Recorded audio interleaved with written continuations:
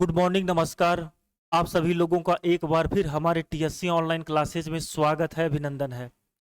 जैसा कि आप लोग जान रहे हैं कि हम लोग इस क्लास में भारतीय राज्य व्यवस्था के कुछ ऐसे सवालों के बारे में बात कर रहे हैं जो पिछले एग्जामों में पूछे जा चुके हैं।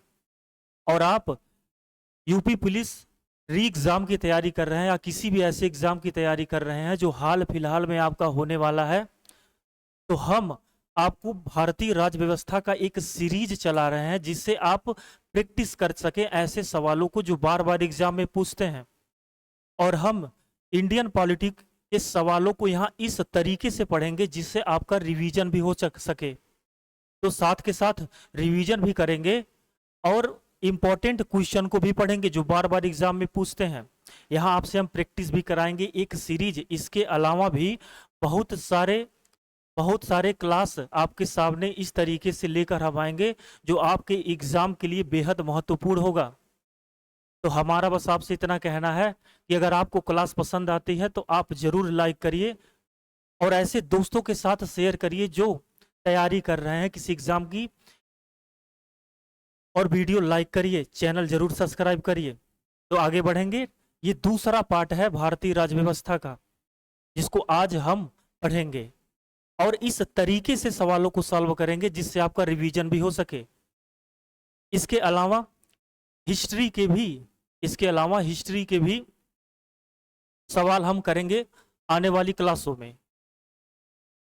आने वाले समय में हम ऐसे बहुत सारे क्लास करेंगे जिससे लगभग 500 से प्लस सवाल हम आपके साथ शेयर करेंगे। और अगर आपका रिस्पांस बहुत अच्छा रहा तो हम और ज्यादा सवाल इस क्लास में डिस्कस करेंगे। तो चलिए शुरू करते हैं भारतीय राज्य व्यवस्था के सवालों का दूसरा पार्ट।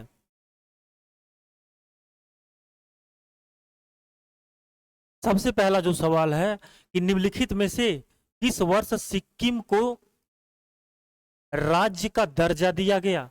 इस सवाल ध्यान से पढ़ेंगे, किस वर्ष सिक्किम को राज्य का दर्जा दिया गया। तो सबसे पहले दो संशोधन याद रखेंगे। 35वां संविधान संशोधन अधिनियम, 35वां संविधान संशोधन अधिनियम। और ये कब हुआ था? 35वां संविधान संशोधन अधिनियम 1974 में। 35वां संविधान संशोधन अधिनियम 1974 के तहत जो ये सिक्किम है इसको असम राज्य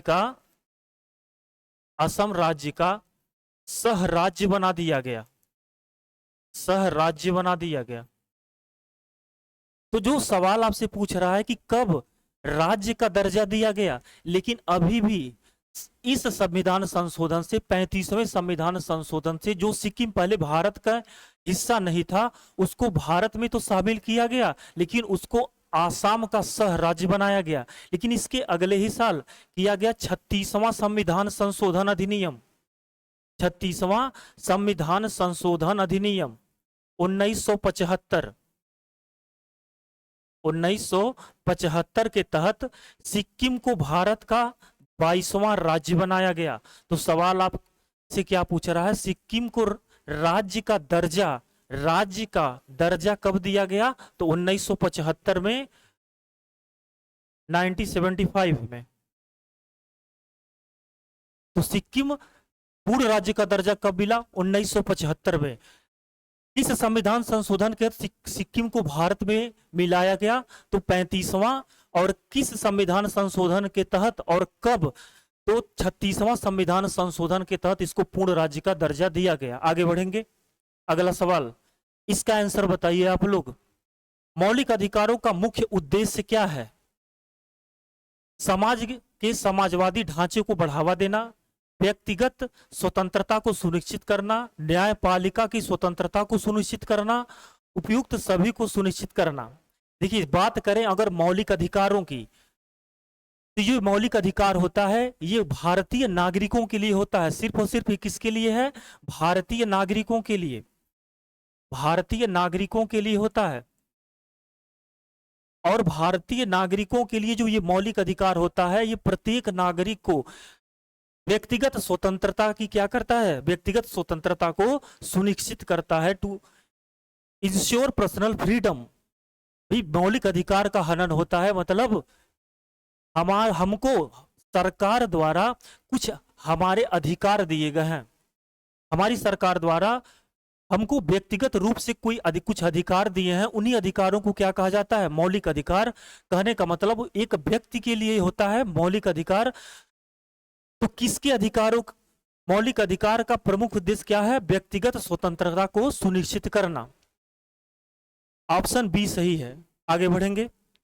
भारतीय नागरिकों को प्रदान किए गए मूल अधिकारों को, ऑप्शन दिया हुआ है, निलंबित किया जा सकता। भाई पूछ रहा है कि मौलिक अधिकारों को निलंबित किया जा सकता है। दूसरा ऑप्शन निलंबित नहीं किया जा सकता। तीसरा ऑप्शन किसी भी परिस्थिति में निलंबित नहीं किया जा सकता। और चौथा ऑप्शन है ऊपर नन ऑफ दीज वाला ऑप्शन है कि कोई सही नहीं है। तो जवाब दीजिए, क्या मौलिक अधिकारों को निलंबित किया जा सकता है? मूल अधिकार, मूल अधिकार ही कौन से हैं भाई? मौलिक अधिकार है। मूल अधिकार ही क्या है? मौलिक अधिकार है। क्या इन मौलिक अधिकारों को किसी परिस्थिति में निलंबित किया जा सकता? तो आप कहेंगे हाँ, किया जा सकता है। आपातकाल की स्थिति में, आपातकाल की स्थिति में राष्ट्रपति अपनी किस शक्ति का प्रयोग करता है? राष्ट्रपति अपने 358 अनुच्छेद 358 के तहत सभी मौलिक अधिकारों को क्या कर सकता है? समाप्त या निलंबित कर सकता है। तो राष्ट्रपति अनुच्छेद 358 के तहत सभी मौलिक अधिकारों को क्या कर सकता है? समाप्त करता है। लेकिन दो ऐसे मौलिक अधिकार है जो किसी भी परिस्थिति में किसी के द्वारा भी समाप्त नहीं किए जा सकते, और वो कौन से हैं? पहला है आर्टिकल 20 और आर्टिकल दूसरा है अनुच्छेद 21।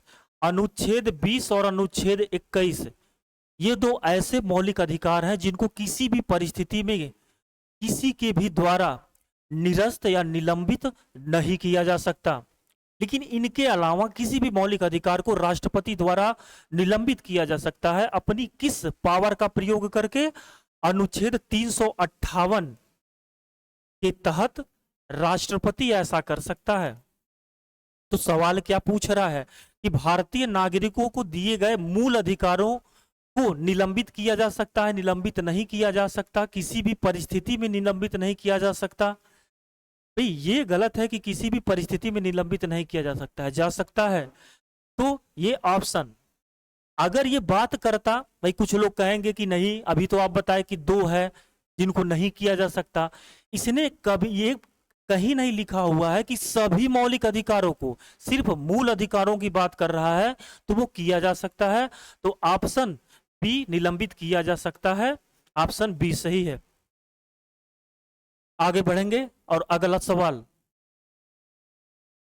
1995 में अस्पृश्यता अपराध अधिनियम को वर्तमान में किस नाम से जाना जाता है?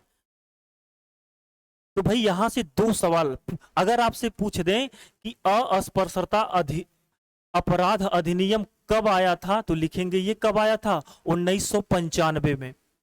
1995 में आया था अस्पृश्यता अपराध नियम, मतलब छुआछूत जो है उसको अपराध की कैटेगरी में रखा गया। अगर कोई भी व्यक्ति छुआछूत करता है, किसी से भेदभाव करता है, तो वो अपराध की श्रेणी में आता है।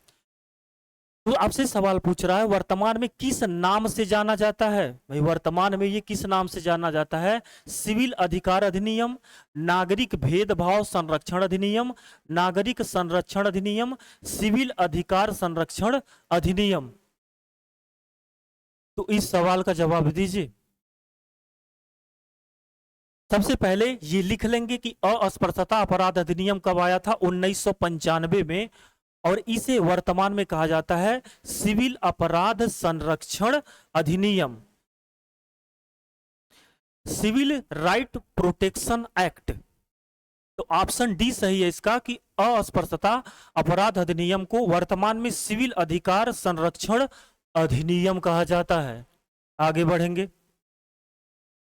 कारखानों अथवा थानों में कोई व्यक्ति नियुक्त नहीं किया जा सकता जब तक उसकी आयु कम से कम 12 वर्ष हो, 14 वर्ष हो, 18 वर्ष हो या 20 वर्ष हो। सवाल आपसे पूछ रहा है कि कम से कम कितना आयु होना चाहिए किसी कारखाने में काम करने के लिए। और आपसे एक सवाल बताइए, कारखाना अधिनियम कब आया था? कारखाना कारखाना अधिनियम, ये कारखाना अधिनियम कब आया था? ये कमेंट बॉक्स में आप हमको आंसर देंगे कि कारखाना, प्रथम कारखाना, भाई लिख लीजिए, प्रथम कारखाना अधिनियम, प्रथम कारखाना अधिनियम कब आया था? कमेंट बॉक्स में आंसर आप हमको देंगे। सवाल पूछ रहा है न्यूनतम आयु कितनी होनी चाहिए। भाई आप लोग जान रहे हैं कि अनुच्छेद अनुच्छेद 24, अनुच्छेद 24 में क्या है? बाल श्रम पर प्रतिबंध है। संविधान के अनुच्छेद 24 के तहत बाल श्रम पर क्या लगाया गया है? प्रतिबंध लगाया गया है। और इसी अनुच्छेद 24 के तहत 0 से 14 वर्ष 0 से 14 वर्ष तक के आयु के बच्चों को काम नहीं करवाया जा सकता। तो कितना है? 14 वर्ष, 14 ईयर, ऑप्शन बी। और ये किस अधिनियम में लिखा है? आर्टिकल 20, अनुच्छेद 24, आर्टिकल 24। अगला सवाल, निम्नलिखित मौलिक अधिकारों में से किसे डॉक्टर भीमराव अंबेडकर ने संविधान का हृदय एवं आत्मा की संज्ञा दी है? ये फेमस सवाल है, बार बार आपके सामने ऐसे सवाल आते होंगे जब भी आप वन लाइनर कहीं पढ़ते होंगे। तो संविधान की आत्मा या संविधान का हृदय किसे कहा जाता है? धार्मिक। लेकिन आपसे अनुच्छेद पूछता है, यहां सवाल थोड़ा अलग है। धार्मिक स्वतंत्रता का अधिकार को कहा जाता है संविधान का हृदय, या संवैधानिक उपचारों का अधिकार, या संपत्ति का अधिकार, या शिक्षा का अधिकार? तो जैसा कि आप लोग पढ़े हैं और जान रहे हैं कि अनुच्छेद 32, आर्टिकल 32, अनुच्छेद 32 को ही डॉक्टर भीमराव अंबेडकर ने क्या कहा है? संविधान का हृदय। और ये किस मौलिक अधिकार के अंतर्गत आता है? तो संवैधानिक उपचारों के अधिकार के अंतर्गत आता है। संवैधानिक उपचारों के अधिकार के अंतर्गत। तो संवैधानिक उपचारों, भाई कितने हैं आपके? 7 हैं टोटल मौलिक अधिकार, और उसमें से एक है संवैधानिक उपचारों का अधिकार। माफ करिए, 6 है संवैधानिक उपचारों का अधिकार। और इसी में अनुच्छेद 32 को ही डॉक्टर भीमराव अंबेडकर ने क्या कहा है? संविधान का हृदय या आत्मा। तो इसका सही है ऑप्शन बी। अगला सवाल, बंदी प्रत्यक्षीकरण के अतिरिक्त निम्नलिखित में से किस याचिका को उच्च न्यायालय जारी कर सकता है? सबसे पहले ये बताइए, ये जो बंदी प्रत्यक्षीकरण है ये क्या है? बंदी प्रत्यक्षीकरण क्या है ये? सबसे पहला सवाल तो यही है कि बंदी प्रत्यक्षीकरण क्या है? बंदी प्रत्यक्षीकरण क्या है? ये रिट है। क्या है? रिट। रिट क्या होता है? कोई भी पदाधिकारी, कोई भी सरकारी पदाधिकारी अपने पद पे रहते हुए अच्छे से काम नहीं कर रहा है, या पद का दुरुपयोग कर रहा है, जिससे किसी व्यक्ति के या भारत के किसी नागरिक के मौलिक अधिकार का हनन हो रहा है। तो जैसा कि आप जान रहे हैं, अगर मौलिक अधिकार का हनन होता है तो आप डायरेक्ट कहाँ जा सकते हैं? Supreme court. और जब मौलिक अधिकारों का हनन होता है तो सुप्रीम कोर्ट द्वारा क्या जारी किया जाता है? सुप्रीम कोर्ट या हाई कोर्ट द्वारा जारी किया जाता है रिट। और ये रिट कितने प्रकार के होते हैं? रिट भाई कितने प्रकार के होते हैं? 5 प्रकार के। और अगर पूछे ये 5 प्रकार के रिट कौन से होते हैं तो ध्यान रखेंगे, पहला होता है बंदी प्रत्यक्षीकरण, परमादेश, अधिकार प्रक्षा, प्रतिषेध, या ये उत्प्रेक्षण है भाई, उत्प्रेक्षण। उत्प्रेक्षण। तो 5 प्रकार के रिट जारी किए जा सकते हैं सर्वोच्च न्यायालय या हाई कोर्ट या उच्च न्यायालय द्वारा।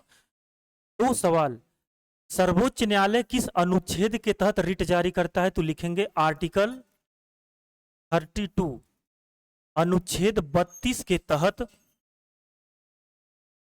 सर्वोच्च न्यायालय रिट जारी करता है। सर्वोच्च न्यायालय रिट जारी करता है।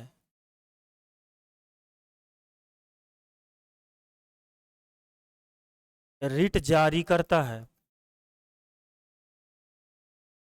और अगर बात करें अनुच्छेद 226 के तहत उच्च न्यायालय रिट जारी करता है। तो अगर रिट की बात करें तो हाई कोर्ट भी जारी कर सकता है, सुप्रीम कोर्ट भी जारी कर सकता है। सुप्रीम कोर्ट या सर्वोच्च न्यायालय की बात करें तो अनुच्छेद 32 के तहत क्या करता है? रिट जारी करता है। और उच्च न्यायालय अनुच्छेद 226 के तहत रिट जारी करता है। रिट कितने प्रकार के होते हैं? 5 प्रकार के। बंदी प्रत्यक्षीकरण, परमादेश, अधिकार पक्षा, प्रतिषेध और उत्प्रेक्षण। तो 5 प्रकार के होते हैं। और ये किस परिस्थिति में लागू किए जाते हैं? जब मौलिक अधिकार का हनन होता है। तो आपसे पूछ रहा कौन जारी कर सकता है? तो अभी बताया हाई कोर्ट भी जारी कर सकता है, सुप्रीम कोर्ट भी। ये पांचों जो रिट है वो हाई कोर्ट द्वारा भी जारी किए जा सकते हैं, सुप्रीम कोर्ट द्वारा भी जारी किए जा सकते हैं।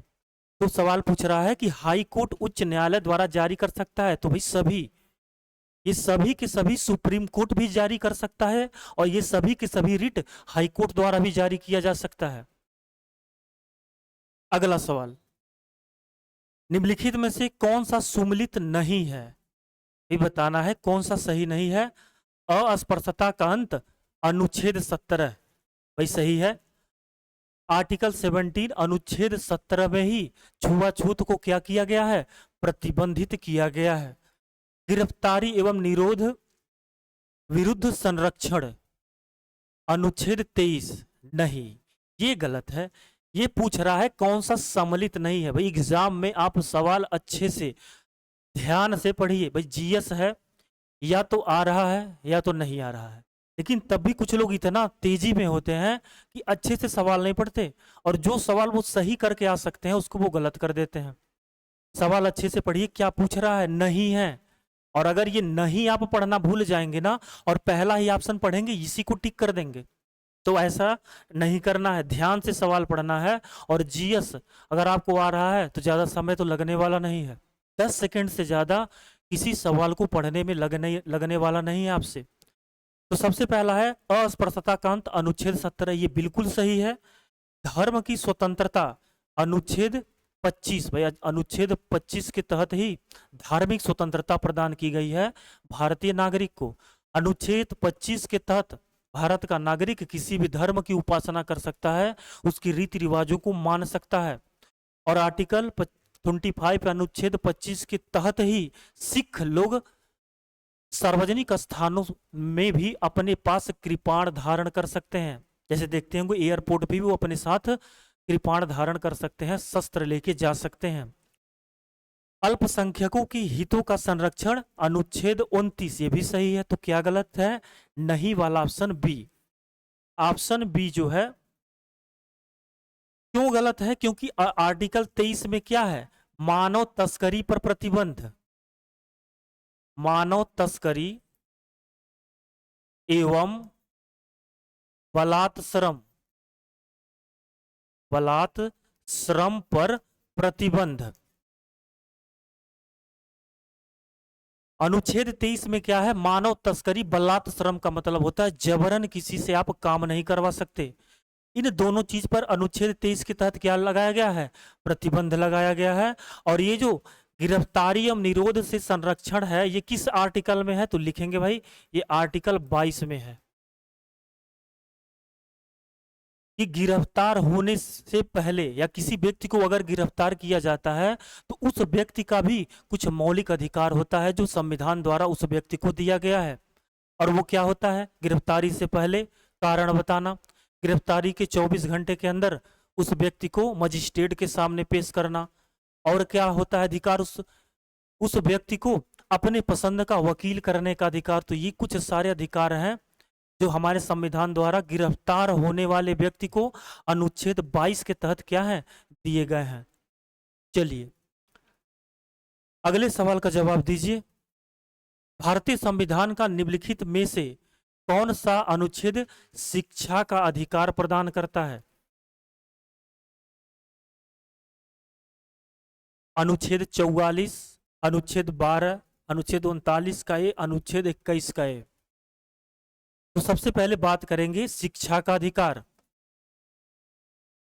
शिक्षा का अधिकार, और ये जो शिक्षा का अधिकार है ये प्रारंभ से हमारे संविधान में नहीं था, इसको बाद में जोड़ा गया। और अगर बाद में जोड़ा गया तो वो कौन सा संविधान संशोधन है जिसके तहत शिक्षा का अधिकार जोड़ा गया? तो लिखेंगे भाई 86वां संविधान संशोधन अधिनियम। 86वां संविधान संशोधन अधिनियम 2002 के तहत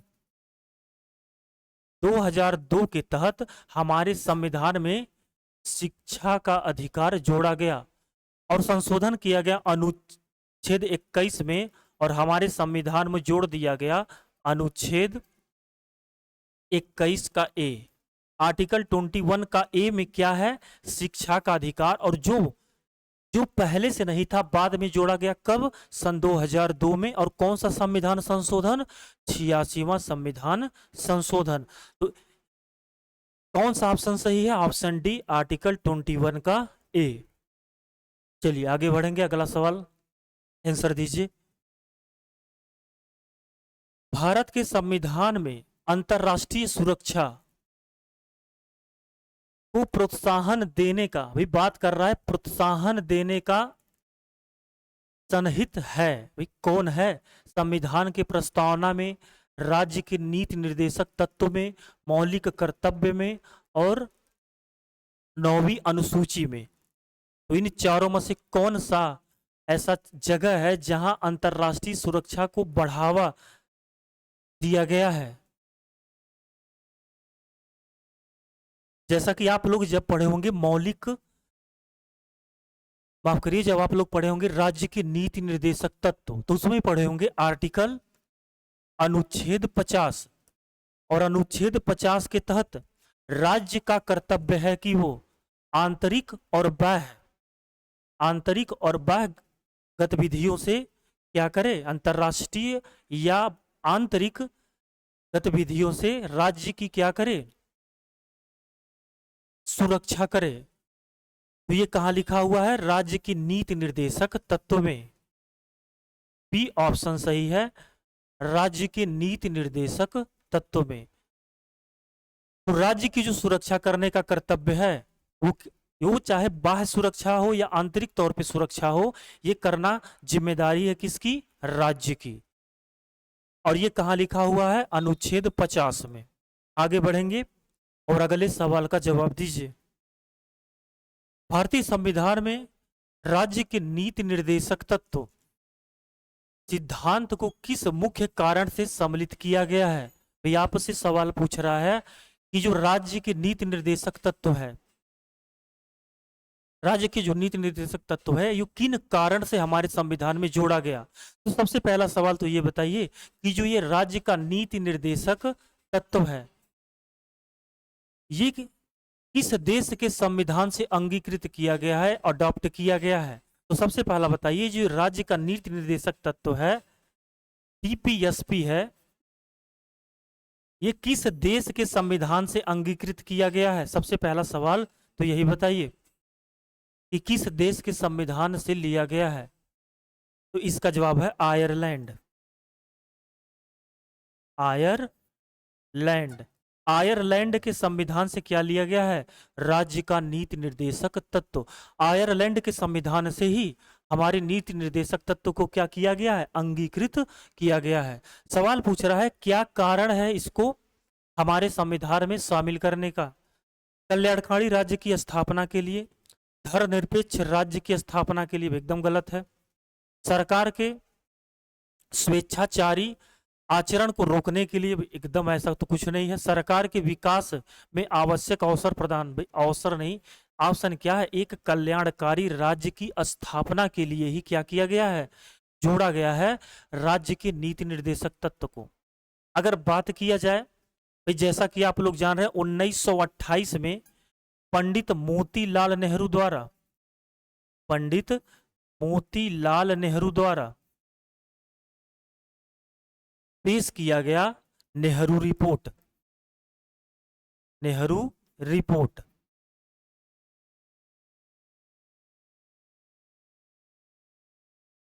तो 1928 में मोतीलाल नेहरू ने क्या पेश किया? नेहरू रिपोर्ट। और जब यही नेहरू रिपोर्ट है जो पंडित जवाहरलाल नेहरू द्वारा एक समिति का गठन किया गया, कौन सी? तेग बहादुर सप्रू समिति। और इसी समिति को यह काम दिया गया कि आप क्या करिए? समीक्षा करिए नेहरू रिपोर्ट की। तो इस समिति ने क्या किया? इस नेहरू रिपोर्ट को दो भागों में बांट दिया। पहला, ऐसे भाग जिनका हनन होने पर आप कहां जा सकते हैं? आप न्यायालय जा सकते हैं। ऐसे भाग को का क्या कहा गया? ऐसे भाग जिसका हनन होने पर आप न्यायालय जा सकते हैं, उनको रखा गया भाग 3 में। और क्या कहा गया? मौलिक अधिकार। और ऐसे भाग जिनका हनन होने पर आप न्यायालय नहीं जा सकते, उनको रखा गया भाग 4 में। और क्या कहा गया? डीपीएसपी, राज्य के नीति निर्देशक तत्व।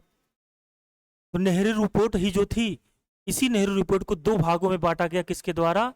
तेग बहादुर सप्रू समिति के द्वारा। और इन्हें भाग 3 में रखा गया मौलिक अधिकार। और मौलिक अधिकार का हनन होने पर आप न्यायालय जा सकते हैं। राज्य के नीति निर्देशक तत्वों का हनन होने पर आप न्यायालय नहीं जा सकते। तो जिनका हनन होने पर न्यायालय जा सकते हैं, उनको कहा गया मौलिक अधिकार। और जिनका हनन होने पर, या कह सकते हैं नेहरू रिपोर्ट की वह चीज जिनका हनन होने पर आप न्यायालय नहीं जा सकते, उनको कहा गया डीपीएसपी। इस सवाल का सही जवाब है कल्याणकारी राज्य की स्थापना करना। आगे बढ़ेंगे। अगला सवाल जवाब दीजिए।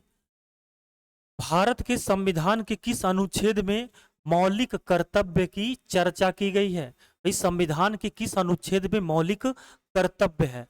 सबसे पहला सवाल, ये जो मौलिक कर्तव्य है, इसको किस देश के संविधान से अंगीकृत किया गया है? अंगीकृत किया गया है। किस देश के संविधान से अंगीकृत किया गया है? तो रूस के संविधान से। कहां से? रूस के संविधान से इसको अडॉप्ट किया गया है। और अगर बात करें कि ये संविधान के किस अनुच्छेद में है, तो ये है आर्टिकल 51 के ए में, आर्टिकल 51 के ए में। लेकिन ये जो मौलिक कर्तव्य है, ये शुरू से हमारे संविधान में नहीं थे, इनको बाद में जोड़ा गया। और कब जोड़ा गया? तो ध्यान में रखेंगे 42वां संविधान संशोधन अधिनियम, 42वां संविधान संशोधन अधिनियम। और कब आया? 1976 के तहत हमारे संविधान में क्या जोड़ा गया? मौलिक कर्तव्य। तो मूल संविधान किसको कहते हैं? वह संविधान जो 26 जनवरी 1950 को हमारे पास था। तो मूल संविधान में मौलिक कर्तव्य नहीं थे, इनको बाद में जोड़ा गया। और कब जोड़ा गया? 42वां संविधान संशोधन 1976 के तहत जोड़ा गया। चलिए आगे बढ़ेंगे। अगला सवाल, इसका आंसर बताइए। अगला सवाल भाई, एक चीज और ध्यान आया, अगर आपसे पूछे कि किस समिति की सिफारिश पर मौलिक कर्तव्य को जोड़ा गया था, तो ध्यान रखेंगे कि मौलिक कर्तव्य को तो 42वें संविधान संशोधन के तहत 1976 में जोड़ा गया। लेकिन वो कौन सी समिति थी? तो लिख लेंगे सरदार स्वर्ण सिंह समिति। सरदार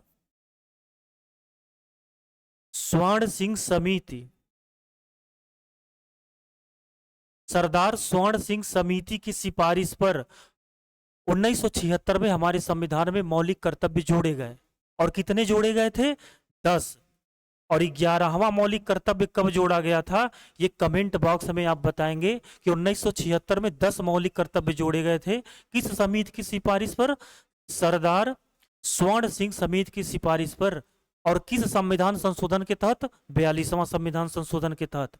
आप बताएंगे 11वां जो मौलिक कर्तव्य जोड़ा गया वो कौन से संविधान संशोधन के तहत जोड़ा गया। अगला सवाल, भारतीय संसद के कितने अंग हैं। कई बार आपको बताया है कि संसद किन से मिलकर बना होता है। भाई जैसा कि आप लोग जान रहे हैं, बात करें अगर संसद की तो सबसे पहले किस अनुच्छेद में है संसद के बारे में, तो अनुच्छेद 79, आर्टिकल 79 में क्या है, संसद। लेकिन किन से मिलकर बना है, तो ध्यान रखेंगे लोकसभा, राज्यसभा और राष्ट्रपति। लोकसभा, राज्यसभा और राष्ट्रपति, इन तीनों से मिलकर ही क्या बना है, संसद। तो संसद के कितने अंग हैं, पहला लोकसभा, राज्यसभा और राष्ट्रपति, तो टोटल कितने अंग हैं, 3। बी ऑप्शन सही है, 3 अंग। बात करें लोकसभा की तो इसको क्या कहते हैं, निम्न सदन। इसको संसद का निम्न सदन कहा जाता है और इसको उच्च सदन कहा जाता है। और अगर लोकसभा की बात करें तो संविधान के किस अनुच्छेद में है लोकसभा, और राज्यसभा संविधान के किस अनुच्छेद में है। और हमारे संविधान में राष्ट्रपति के बारे में आर्टिकल कहां से कहां तक लिखित है। ये सारे सवाल अगर आपसे बात किया जाए तो जवाब दीजिए कि लोकसभा संविधान के किस अनुच्छेद में लिखित है और राज्यसभा संविधान के किस अनुच्छेद में लिखित है। जवाब दीजिए इन सवालों का आप।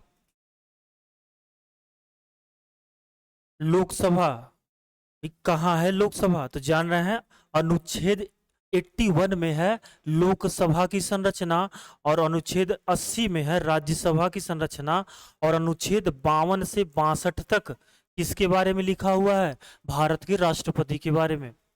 तो सारी चीजें बता दी गई। संसद किन से मिलकर बना है, लोकसभा, राज्यसभा और राष्ट्रपति। लोकसभा आर्टिकल 81, राज्यसभा आर्टिकल 80 और राष्ट्रपति के बारे में आर्टिकल 52 से 62 के बीच में है। चलिए अगला सवाल का जवाब दीजिए।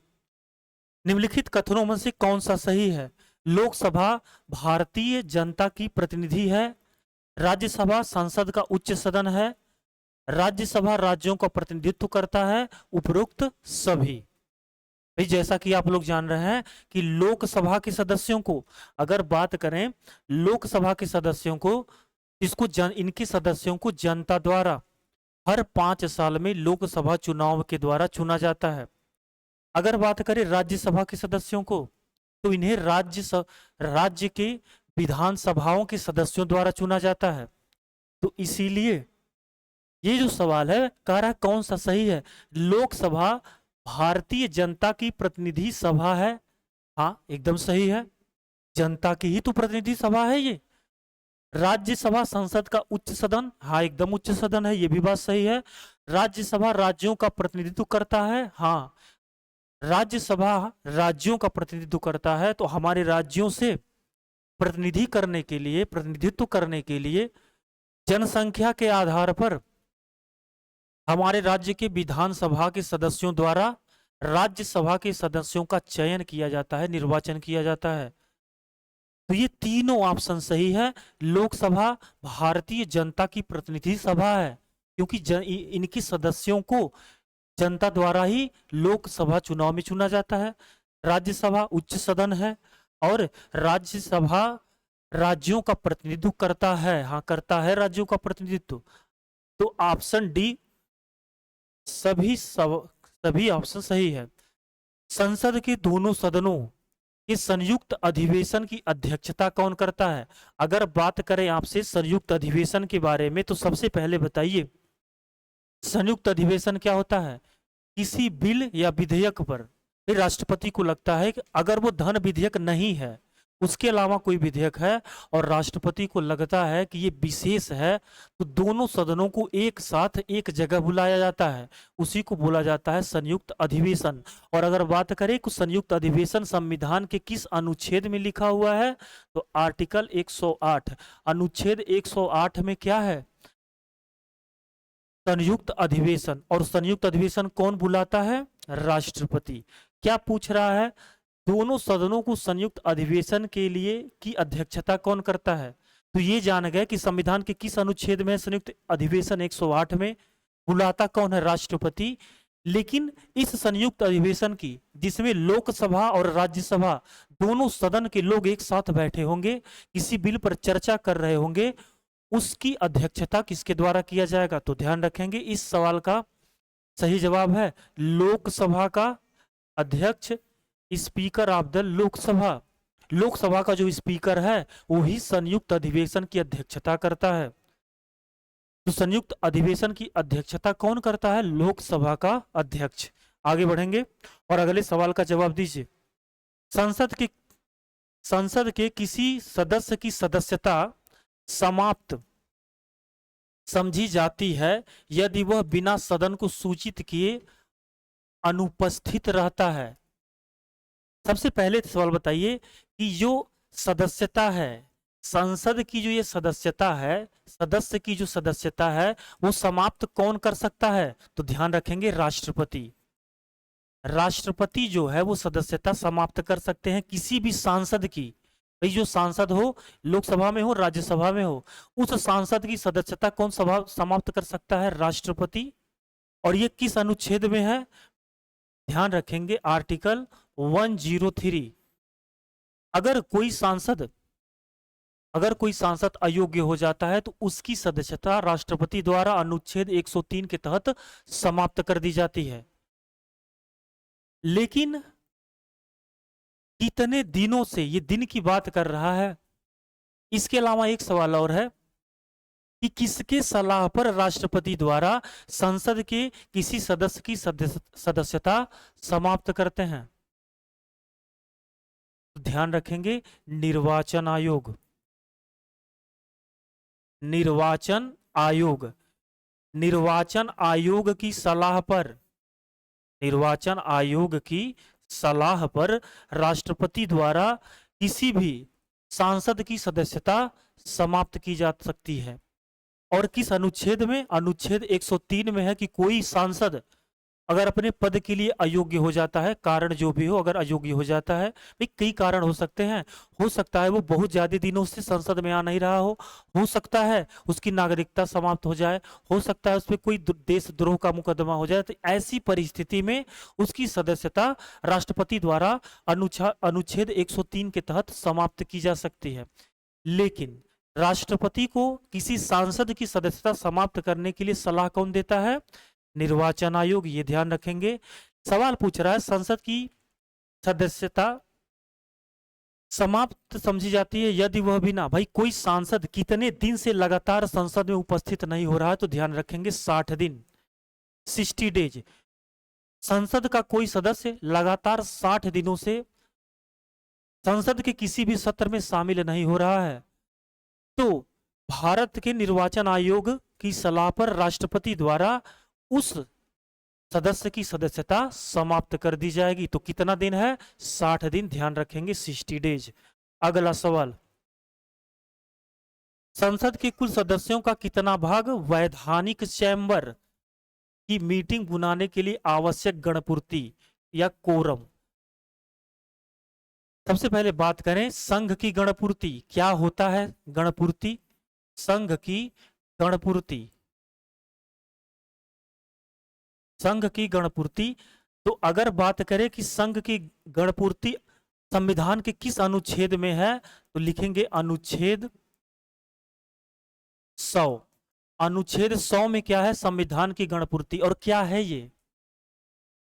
संसद का सत्र चलने के लिए, भाई संसद के किसी भी सदन का सत्र चलने के लिए आवश्यक न्यूनतम सदस्यों की संख्या को ही क्या कहा जाता है? संघ की या संसद की गणपूर्ति। भाई इसको संसद लिख लीजिए, संसद की गणपूर्ति। तो संसद की गणपूर्ति क्या कहलाती है? सत्र चालू करने के लिए कम से कम कितने लोग होने चाहिए कि किसी भी सदन का, चाहे लोकसभा को चालू करना हो या राज्यसभा को चलाना हो, तो कम से कम इतने लोग तो होने ही चाहिए जिससे सत्र चले। और वही क्या कहलाता है? न्यूनतम संख्या, सदस्यों की न्यूनतम संख्या जिससे संसद का सत्र चल सके, वही कहलाता है संसद की गणपूर्ति। और ये संसद की गणपूर्ति जो है वो संविधान के किस अनुच्छेद में है? 100। और कितनी होती है?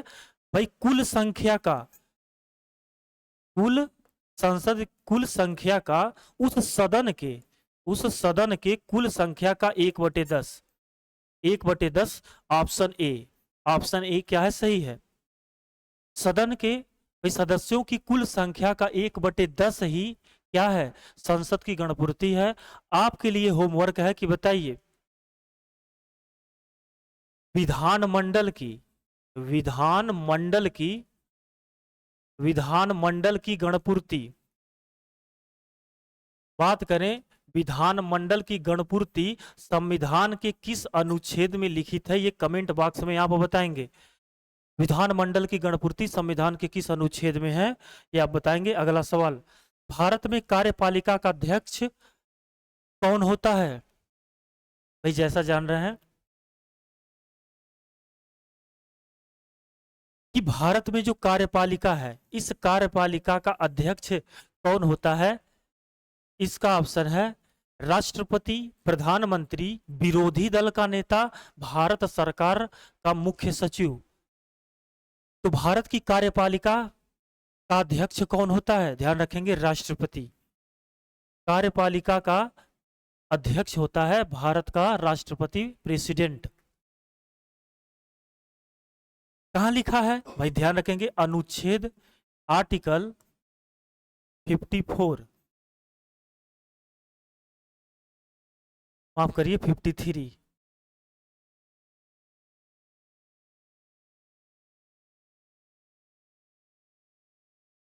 अनुच्छेद 53 के तहत संघ की कार्यपालिका की सभी शक्तियां राष्ट्रपति में निहित है। इसीलिए इसीलिए संघ का जो प्रशासन है वो किसके नाम से चलाया जाता है? राष्ट्रपति, क्योंकि वह अध्यक्ष होता है किसकी? कार्यपालिका की। अगला, भारतीय संविधान के अनुसार देश की तीनों सेनाओं का सुप्रीम कमांडर होता है। तीनों सेनाओं का सुप्रीम कमांडर कौन होता है भाई? सबको पता है, भारत का राष्ट्रपति। भारत का राष्ट्रपति ही भारत की तीनों सेनाओं का क्या होता है? कमांडर होता है। तो जो राष्ट्रपति है भारत की सैन्य बल का क्या होता है? सैन्य बल का प्रमुख होता है। और किस अनुच्छेद के तहत जो राष्ट्रपति है, भारत का जो राष्ट्रपति है वो सैन्य बल का प्रमुख होता है? किस अनुच्छेद के तहत? ध्यान रखेंगे आर्टिकल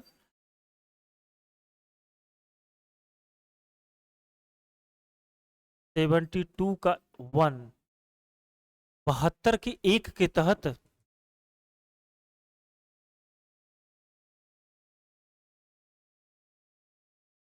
माफ करिएगा, अनुच्छेद 53 के 1 के तहत, 53 के 1 के तहत राष्ट्रपति सैन्य बलों का क्या होता है? प्रमुख होता है। सैन्य बल कितने प्रकार के होते हैं भाई? सैन्य बल हमारे देश में बल कितने प्रकार के होते हैं? दो तरह के, एक होते हैं सैन्य बल और एक होते हैं अर्ध सैन्य बल। सैन्य बल का प्रमुख कौन होता है? राष्ट्रपति। और अर्ध सैन्य बल का प्रमुख कौन होता है? गृह मंत्रालय। इसमें 3 सेनाएं आती हैं, जल सेना, वायुसेना और इंडियन आर्मी। इसके अलावा बात करें बीएसएफ, सीआरपीएफ, सीआईएसएफ, ये सब किसके अधीन है? गृह मंत्रालय के अधीन में। तो हमारे देश में बल 2 प्रकार के होते हैं, सैन्य बल और अर्ध सैन्य बल। और जो हमारा राष्ट्रपति है वो किसका प्रमुख होता है? सैन्य बल का।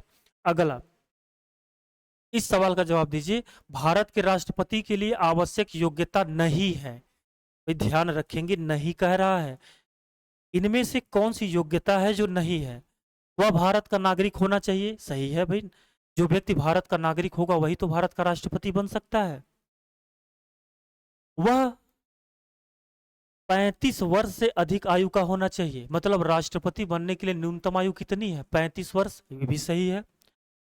उसमें लोकसभा का सदस्य के लिए निर्धारित सभी योग्यताएं हो। हाँ, जो भी व्यक्ति भारत का राष्ट्रपति बनना चाह रहा है उस व्यक्ति के अंदर लोकसभा का सदस्य बनने की योग्यता हो, लेकिन मात्र योग्यता हो, वह लोकसभा का सदस्य हो नहीं, योग्यता रखता हो।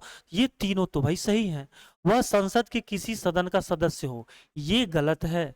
तो हमारा ऑप्शन यही सही होगा। तो ध्यान रखेंगे कि भारत का राष्ट्रपति बनने के लिए ये योग्यताएं होनी चाहिए।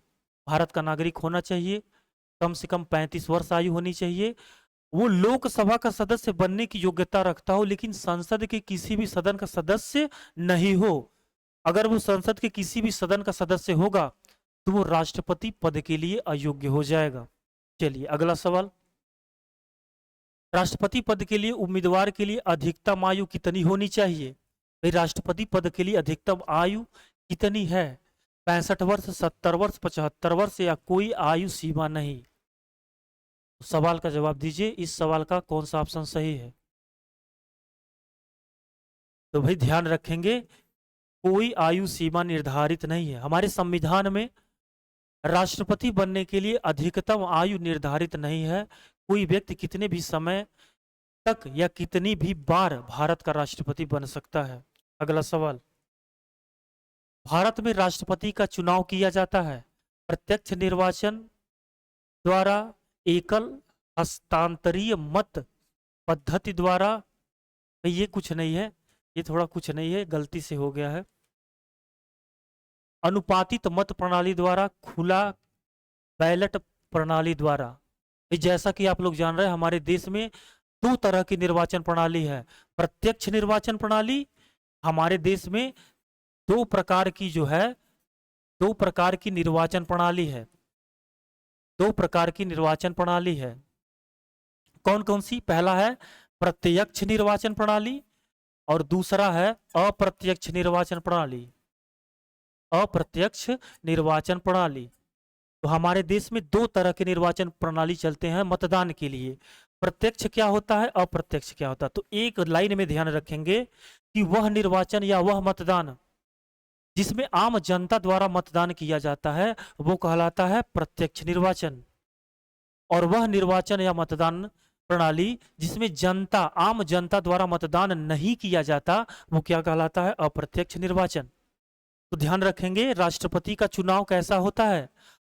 एकल संक्रमणीय अप्रत्यक्ष निर्वाचन प्रणाली। इसका सही है एकल हस्तांतरीय मत पद्धति द्वारा। एक नाम और है एकल संक्रमणीय अप्रत्यक्ष निर्वाचन प्रणाली द्वारा किया जाता है। और संविधान के किस अनुच्छेद में, भाई संविधान के किस अनुच्छेद में राष्ट्रपति के चुनाव के निर्वाचन के बारे में है? तो याद रखेंगे अनुच्छेद 55। क्या है? राष्ट्रपति की निर्वाचन की प्रक्रिया, और राष्ट्रपति की निर्वाचन की प्रक्रिया कैसी है? अप्रत्यक्ष निर्वाचन प्रणाली, वो भी कैसी? एकल हस्तांतरीय या एकल संक्रमणीय अप्रत्यक्ष निर्वाचन प्रणाली या मत पद्धति। तो ऑप्शन नंबर बी सही है इसका। Option single transferable vote system, इसका ऑप्शन नंबर बी सही है। इस अनुच्छेद में है निर्वाचन 55 में। सारी बातें आगे बढ़ेंगे। भारत के राष्ट्रपति को पद से हटाने के लिए कौन सी प्रक्रिया? संसद के द्वारा अस्वीकार प्रस्ताव, मंत्री परिषद का राष्ट्रपति को हटाने संबंधी प्रस्ताव, सर्वोच्च न्यायालय का निर्देश, संसद द्वारा महाभियोग। भाई जानते हैं कि राष्ट्रपति को अगर पद से हटाना है तो राष्ट्रपति को पद से हटाने की ही प्रक्रिया क्या कहलाती है? महाभियोग। तो सबसे पहले, और ये महाभियोग किसके द्वारा लगाया जाता है? तो ध्यान रखेंगे राष्ट्र संसद द्वारा महाभियोग चलाया जाता है राष्ट्रपति को पद से हटाने के लिए। और संविधान के किस अनुच्छेद में राष्ट्रपति पर महाभियोग के बारे में लिखा हुआ है? तो 61। क्या है? राष्ट्रपति पर लिख लेंगे, राष्ट्रपति पर महाभियोग, राष्ट्रपति पर महाभियोग। महाभियोग किस अनुच्छेद में है? 61। किसके द्वारा लगाया जाता है? संसद द्वारा। तो किसी राष्ट्रपति को उसके पद से, भाई कोई राष्ट्रपति अपने पद पे रहते हुए अपने पद का दुरुपयोग कर रहा है, गैर संवैधानिक काम कर रहा है, तो उसको पद से हटाना हुआ तो उस पर महाभियोग चलाया जाएगा। और कौन चलाएगा? संसद चलाएगा। किस अनुच्छेद के तहत? 61 के तहत। तो राष्ट्रपति पर महाभियोग लिखा है संविधान के अनुच्छेद 61 में। राष्ट्रपति को निम्नलिखित में से कौन पद की गोपनीयता की शपथ दिलाता है? राष्ट्रपति को शपथ कौन दिलाता है? भारत का मुख्य न्यायाधीश, प्रधानमंत्री, अटॉर्नी जनरल ऑफ इंडिया या महाधिवक्ता? Attorney general of India, of India. तो किसके द्वारा दिलाया जाता? तो भाई जान रहे हैं, राष्ट्रपति को शपथ कौन दिलाता है? सर्वोच्च न्यायालय का मुख्य न्यायाधीश। तो भारत का मुख्य न्यायाधीश, ऑप्शन ए सही है। लेकिन अगर बात करें कि राष्ट्रपति को शपथ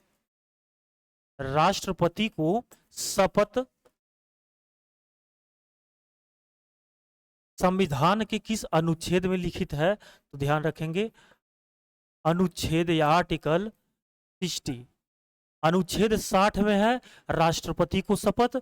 अगर उपराष्ट्रपति की बात करें, उपराष्ट्रपति को शपथ संविधान के किस अनुच्छेद में है? तो ध्यान रखेंगे, आर्टिकल 69। और अगर राज्यपाल को शपथ की बात करें, राज्यपाल की शपथ की बात करें, तो वो संविधान के किस अनुच्छेद में है? राज्यपाल को शपथ, राज्यपाल को शपथ संविधान के किस अनुच्छेद में है? तो ध्यान रखेंगे, आर्टिकल 159, अनुच्छेद 159 में है। अनुच्छेद 159 में है राज्यपाल को शपथ, अनुच्छेद 69 में है, 69 में है उपराष्ट्रपति को शपथ, और अनुच्छेद 60 में है राष्ट्रपति को शपथ। और इनके अलावा भारत के जितने भी पदाधिकारी हैं उनके शपथ के बारे में कहा लिखा हुआ है? तो ध्यान रखेंगे, अनुसूची, इनके अलावा जितने भी पदाधिकारी हैं कहा लिखा हुआ है? अनुसूची 3 में। चलिए एक सवाल का जवाब देंगे, प्रधानमंत्री के शपथ के बारे में कहा लिखा हुआ है? आगे बढ़ेंगे, निम्नलिखित में से किसकी नियुक्ति भारत के राष्ट्रपति द्वारा नहीं होती है? जहां नहीं हो सतर्क हो जाइए तुरंत। तो इन चारों में, माफ करिए तीनों में से किसकी नियुक्ति राष्ट्रपति द्वारा नहीं की जाती है? लोकसभा का अध्यक्ष, भारत का मुख्य न्यायाधीश, सेना प्रमुख। जैसा कि जान रहे हैं कि भारत के मुख्य न्यायाधीश की नियुक्ति कौन करता है? राष्ट्रपति। सेना के सभी प्रमुख की नियुक्ति कौन करता है? राष्ट्रपति। लेकिन लोकसभा के अध्यक्ष की जो नियुक्ति है वो राष्ट्रपति द्वारा नहीं की जाती। आगे बढ़ेंगे, अगला सवाल, राष्ट्रपति द्वारा लोकसभा राज्यसभा में मनोनीत सदस्यों की कुल कितनी संख्या है? भाई देखिए ध्यान रखेंगे, सवाल पूछा है लोकसभा और राज्यसभा। तो जैसा कि आप जान रहे हैं कि लोकसभा में अगर बात करें, अब तक जो हो रहा था, लोकसभा में राष्ट्रपति दो आंग्ल भारतीयों की क्या करता था? दो आंग्ल भारतीयों का मनोनयन करता था। और राज्यसभा में बात करें, अगर राज्यसभा की बात करें, तो राष्ट्रपति राज्यसभा में 12 सदस्यों का क्या करता था? 12 सदस्यों का मनोनयन करता था। लेकिन ये तो अभी हो रहा है। लेकिन आपको पता है 104वां संविधान संशोधन अधिनियम, 104वां संविधान संशोधन अधिनियम कब आया? 2019। 104वां संविधान संशोधन अधिनियम 2019 के तहत लोकसभा से दो आंग्ल भारतीयों के आरक्षण को क्या किया गया? खत्म कर दिया गया, इनको सीटों को हटा दिया गया। तो अगर पहले ये सवाल पूछता तो कितना जवाब दे देते? 2 और 12, 14 ऑप्शन। ये सवाल आने की संभावना है, क्योंकि ये कहा गया था 104वें संविधान संशोधन के तहत 2024 में जो लोकसभा चुनाव होंगे उसमें आंग्ल भारतीयों की सीट आरक्षित आवंटित नहीं होगी। तो 104वें संविधान संशोधन अधिनियम 2019 के तहत इनकी 2 सीट को क्या किया गया? हटा दिया गया। तो अब पूछें तो लोकसभा में राष्ट्रपति किसी का मनोनयन नहीं करता है, लेकिन राज्यसभा में कितना करता है? 12। तो ऑप्शन डी सही है। पहले होता तो 14, लेकिन ये आंग्ल भारतीयों का मनोनयन हटा दिया गया, अब राष्ट्रपति द्वारा नहीं किया जाएगा। चलिए आगे बढ़ेंगे, इस सवाल का जवाब दीजिए, राष्ट्रपति को निम्नलिखित में से कौन पद और गोपनीयता की शपथ दिलाता है? ये सवाल तो भी पढ़ लिए, कौन दिलवाता है? भारत का मुख्य न्यायाधीश।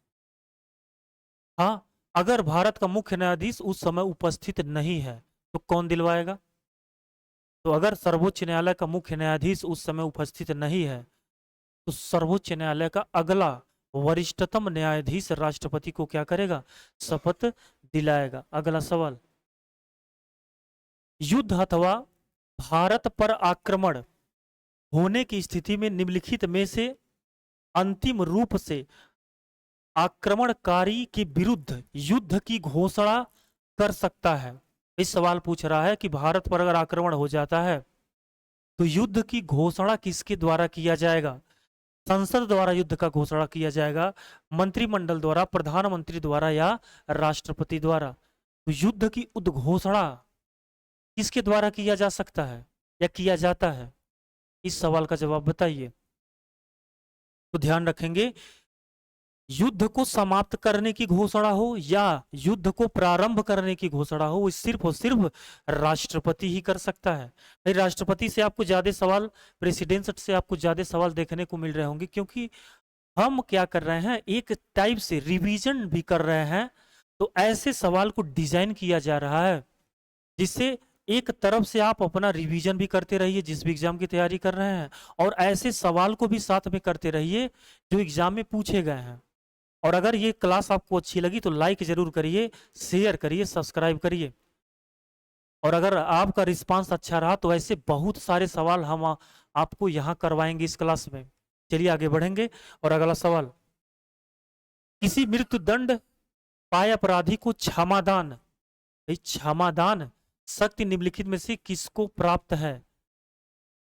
तो भारत के किसी भी न्यायालय द्वारा, यहां तक कि सर्वोच्च न्यायालय द्वारा भी अगर किसी व्यक्ति को मृत्यु दंड की सजा सुना दी गई है तो किसके द्वारा माफ किया जा सकता है। तो ध्यान रखेंगे, अनुच्छेद 72, अनुच्छेद 72 आर्टिकल 72 के तहत ये राष्ट्रपति की क्या है, एक शक्ति है, राष्ट्रपति की क्षमादान करने की शक्ति, राष्ट्रपति की क्षमादान करने की शक्ति, क्षमादान करने की शक्ति।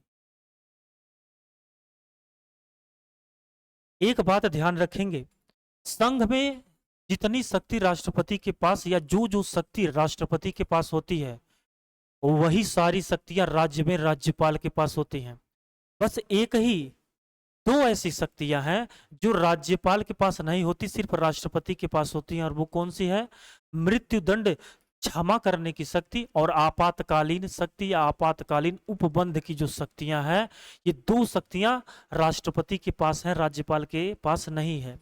लेकिन इनके दो के अलावा जितनी शक्तियां राष्ट्रपति के पास हैं, जो जो शक्तियां, वो सभी शक्तियां राज्यपाल के पास हैं। तो ध्यान रखेंगे, तो मृत्युदंड, मृत्युदंड राष्ट्रपति क्या कर सकता है, सिर्फ राष्ट्रपति के पास है, सिर्फ क्या है, प्रेसिडेंट के पास है। उसके अलावा कोई भी व्यक्ति किसी को मृत्युदंड की सजा माफ नहीं कर सकता है। तो ध्यान रखेंगे, किस अनुच्छेद के तहत, 72। इस सवाल का जवाब दीजिए। निम्नलिखित में से किसकी नियुक्ति राष्ट्रपति के द्वारा की जाती है, वित्त आयोग का अध्यक्ष, योजना आयोग का उपाध्यक्ष, संघ राज्य क्षेत्र का मुख्यमंत्री। भाई ध्यान रखेंगे, संघ लिखा हुआ है, संघ राज्य क्षेत्र के मुख्यमंत्री। तो इन तीनों में से किसकी नियुक्ति राष्ट्रपति द्वारा की जाती है, नहीं नहीं है। तो वित्त आयोग के अध्यक्ष की नियुक्ति राष्ट्रपति करता है, तो हाँ करता है, सही है। योजना आयोग, अरे भाई क्या ये है आज, योजना आयोग क्या आज है, तो नहीं है। इसकी जगह पे क्या है, नीति आयोग, इसकी जगह पे क्या आ चुका है, नीति आयोग। और नीति आयोग का अध्यक्ष कौन होता है, तो ध्यान रखेंगे, प्रधानमंत्री। संघ राज्य क्षेत्र के मुख्यमंत्री, हाँ ये भी सही है। तो पहला और तीसरा ऑप्शन, ऑप्शन नंबर सी सही जवाब है, ऑप्शन नंबर सी। योजना आयोग नहीं हो सकता क्योंकि योजना आयोग अब समाप्त कर दिया गया है, और योजना आयोग की जगह पर कौन सी संस्था है, नीति आयोग। और नीति आयोग का अध्यक्ष कौन होता है, भारत का प्रधानमंत्री। अगला सवाल, राष्ट्रपति को लोकसभा में किन दो सदस्यों की मनोनीत करने का अधिकार है नहीं था। तो अभी आपको बताएं, दो आंग्ल भारतीयों का जो ये ऑप्शन चेंज है। Chief justice of India, speaker of Lok Sabha, council of minister, prime minister, cabinet, speaker of Lok Sabha. भाई ध्यान रखेंगे इसके ऑप्शन थोड़े गलत हैं। दो आंगल भारतीयों की नियुक्ति की जाती थी, या दो आंगल भारतीयों को मनोनयन राष्ट्रपति द्वारा किया जाता था, लेकिन 104वां संविधान संशोधन अधिनियम 2019 के तहत दो आंगल भारतीयों का जो क्या है मनोनयन है वो समाप्त कर दिया गया। वो समाप्त कर दिया गया, इनके आरक्षण को समाप्त कर दिया गया। तो पहले था, ध्यान रखेंगे, अब नहीं है। अगला सवाल, उपराष्ट्रपति। चार ऑप्शन दिया है, लोकसभा का सदस्य होता है, राज्यसभा का सदस्य होता है, किसी भी सदन का सदस्य, किसी भी सदन का सदस्य हो सकता है, या संसद का सदस्य नहीं होता है। तो जैसा कि अभी आपको बताया गया और आप जान भी रहे हैं कि राष्ट्रपति जो है उसकी योग्यता में ये लिखा हुआ है कि वह लोकसभा का सदस्य बनने की योग्यता रखता हो, लेकिन संसद की किसी भी सदन का सदस्य नहीं हो सकता। अगर कोई व्यक्ति संसद की किसी भी सदन का सदस्य है तो राष्ट्रपति पद के लिए क्या है, अयोग्य है। लेकिन आपसे सवाल पूछ रहा है उपराष्ट्रपति, उपराष्ट्रपति जो होता है क्या वो सदस्य हो सकता है किसी सदन का? तो भाई हाँ, जरूर हो सकता है, क्योंकि आप जान रहे हैं कि उपराष्ट्रपति का जो चुनाव होता है, उपराष्ट्रपति का जो चुनाव होता है वो लोकसभा और राज्यसभा के सदस्यों द्वारा ही किया जाता है। और ये जो उपराष्ट्रपति होता है वो राज्यसभा का सदस्य होता है। क्यों होता है? क्योंकि उपराष्ट्रपति ही क्या होता है, राज्यसभा का राज्यसभा का राज्यसभा का सभापति होता है, राज्यसभा का सभापति होता है।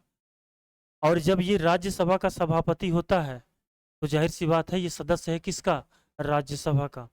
तो राष्ट्रपति राज्यसभा का सदस्य हो सकता है। अगला सवाल, तो ऑप्शन नंबर बी हो सकता है।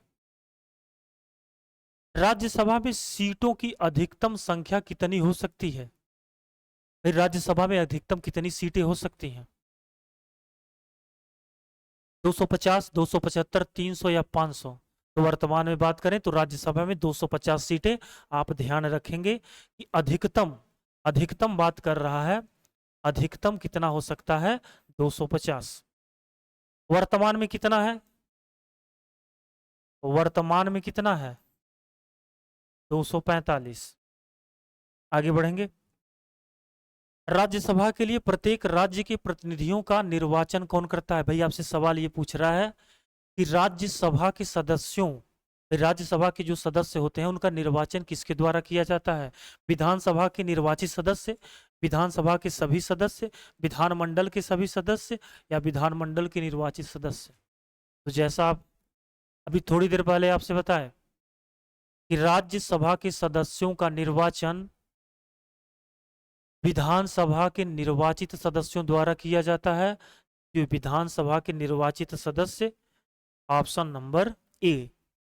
तो विधानसभा, सभी राज्यों की जो विधानसभा है उस विधानसभा के जो निर्वाचित सदस्य हैं, भाई किसी सदन में दो तरह के सदस्य होते हैं, एक निर्वाचित सदस्य जो जनता द्वारा चुन के जाते हैं, और एक मनोनीत सदस्य होते हैं जो कैसे होते हैं, जो किसी न किसी राष्ट्रपति द्वारा या राज्यपाल द्वारा मनोनीत चयनित किए जाते हैं। तो विधानसभा में सिर्फ निर्वाचित जो सदस्य होते हैं वो वही क्या करते हैं, चयन करते हैं इनके सदस्यों की। अगला सवाल, राज्यसभा के सभापति का चुनाव कौन करता है? राज्यसभा के निर्वाचित सदस्य, लोकसभा एवं राज्यसभा के सभी सदस्य, लोकसभा के निर्वाचित सदस्य, लोकसभा, राज्यसभा तथा राज्यों की विधानसभाओं के सभी सदस्य। सवाल पूछ रहा है कि राज्यसभा के सभापति, सबसे पहले देखिए सवाल कितना अच्छा पूछा है, बात कर रहा है राज्यसभा के सभापति। तो राज्यसभा का सभापति कौन होता है?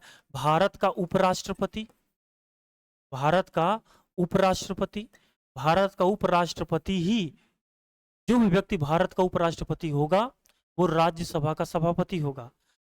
तो उसके चुनाव में कौन कौन भाग लेते हैं? राज्यसभा के निर्वाचित सदस्य, हाल लोकसभा एवं राज्यसभा के सभी सदस्य, लोकसभा। तो भाई ऑप्शन बी ध्यान रखेंगे, लोकसभा और राज्यसभा के सभी निर्वाचित सदस्य भी भाग लेते हैं और सभी मनोनीत सदस्य भी भाग लेते हैं उपराष्ट्रपति के चुनाव में। चलिए अगला सवाल, इसका जवाब दीजिए। लोकसभा में आंग्ल भारतीय समुदाय में 2 सदस्यों की मनोनयन करने की शक्ति किसके पास है? तो लोकसभा में आंग्ल भारतीयों को मनोनयन करने की शक्ति राष्ट्रपति के पास है। अल्पसंख्यक आयोग भारत के राष्ट्रपति के पास, भाई अभी बताएं, ये है नहीं थी, अब नहीं की जाएगी। आपातकाल के दौरान संसद लोकसभा का कार्यकाल एक बार में कितने समय के लिए बढ़ा सकता है? तो आपातकाल की स्थिति में संसद का जो कार्यकाल है, लोकसभा का जो कार्यकाल है वो कितने समय के लिए बढ़ाया जा सकता है? तो ध्यान रखेंगे 1 वर्ष के लिए। आपातकाल की स्थिति में लोकसभा का कार्यकाल, भी जैसा कि जानते हैं कि लोकसभा का कार्यकाल कितने दिन का होता है? 5 वर्ष का। हर 5 वर्ष में राष्ट्रपति द्वारा लोकसभा भंग कर दी जाती है। और राष्ट्रपति द्वारा किस अनुच्छेद के तहत लोकसभा भंग की जाती है? तो अनुच्छेद 85 के तहत राष्ट्रपति लोकसभा को भंग कर सकता है, सत्र की शुरुआत कर सकता है, सत्रावसान कर सकता है। तो सारा काम अनुच्छेद 85 के तहत राष्ट्रपति द्वारा किया जा सकता है, ये सारे। तो हर 5 साल में राष्ट्रपति द्वारा लोकसभा भंग की जा सकती है। लेकिन आपातकाल की स्थिति में लोकसभा के कार्यकाल को एक बार में कितने समय के लिए बढ़ाया जा सकता है? तो 1 वर्ष के लिए, ध्यान रखेंगे। तो आपातकाल के दौरान लोकसभा के कार्यकाल को एक बार में मात्र 1 वर्ष के लिए, एक बार में 1 वर्ष से ज्यादा नहीं बढ़ाया जा सकता। तो ध्यान रखेंगे। अगला सवाल, तो बस आज इतने ही सवाल थे। लेकिन इसके अलावा भी अगर कुछ बात किया जाए कि हम आपसे पूछें कि सिक्किम भारत में पूर्ण राज्य का दर्जा कब मिला, तो आप बताएंगे 1975 में जो सिक्किम है वो भारत का पूर्ण राज्य का दर्जा मिला। और भारत का कौन सा राज्य बना? 22वां राज्य बना। भारत का 22वां राज्य बना। अगर बात करें 1960 में बंबई, पहले एक प्रांत था बंबई, तो बंबई राज्य की सीमा में, या बंबई जो प्रांत था, इस प्रांत की सीमा में परिवर्तन किया गया। और कब किया गया? 1960 में बंबई प्रांत की सीमा में परिवर्तन किया गया। और कैसे किया गया? एक तरफ जहां ज्यादा गुजराती भाषा, एक तरफ जहां गुजराती भाषा बोलने वाले लोग ज्यादा थे, और एक तरफ मराठी भाषा बोलने वाले ज्यादा लोग थे। तो 1960 में बंबई प्रांत की सीमा में परिवर्तन किया गया। और बंबई प्रांत में जिस साइड ज्यादा लोग गुजराती भाषा बोलते थे, वहां एक अलग राज्य बना दिया गया, गुजरात। और जहां मराठी भाषा ज्यादा बोले जाती थी जिस क्षेत्र में, उसको एक अलग राज्य बना दिया गया, महाराष्ट्र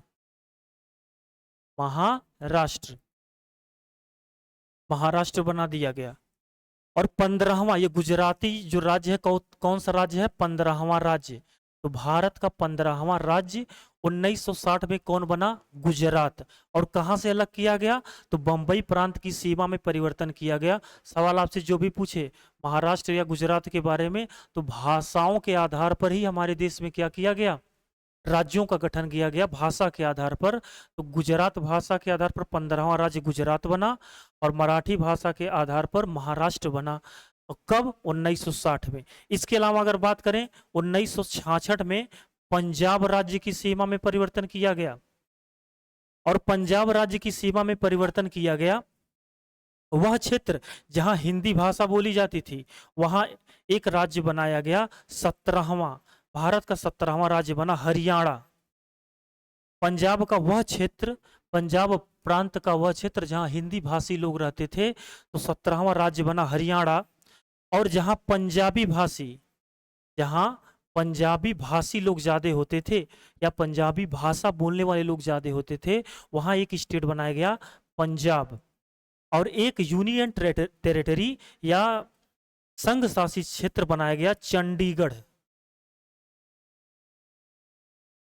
चंडीगढ़। तो 1966 में पंजाब, जो पुराना पंजाब प्रांत था, उसकी सीमा में परिवर्तन करके हरियाणा बनाया गया, जहां हिंदी ज्यादा लोग बोलते थे, जहां पंजाबी बोलते थे। एक अलग स्टेट पंजाब, एक अलग स्टेट हरियाणा, और इन दोनों की राजधानी बनाई गई चंडीगढ़, एक केंद्र शासित प्रदेश।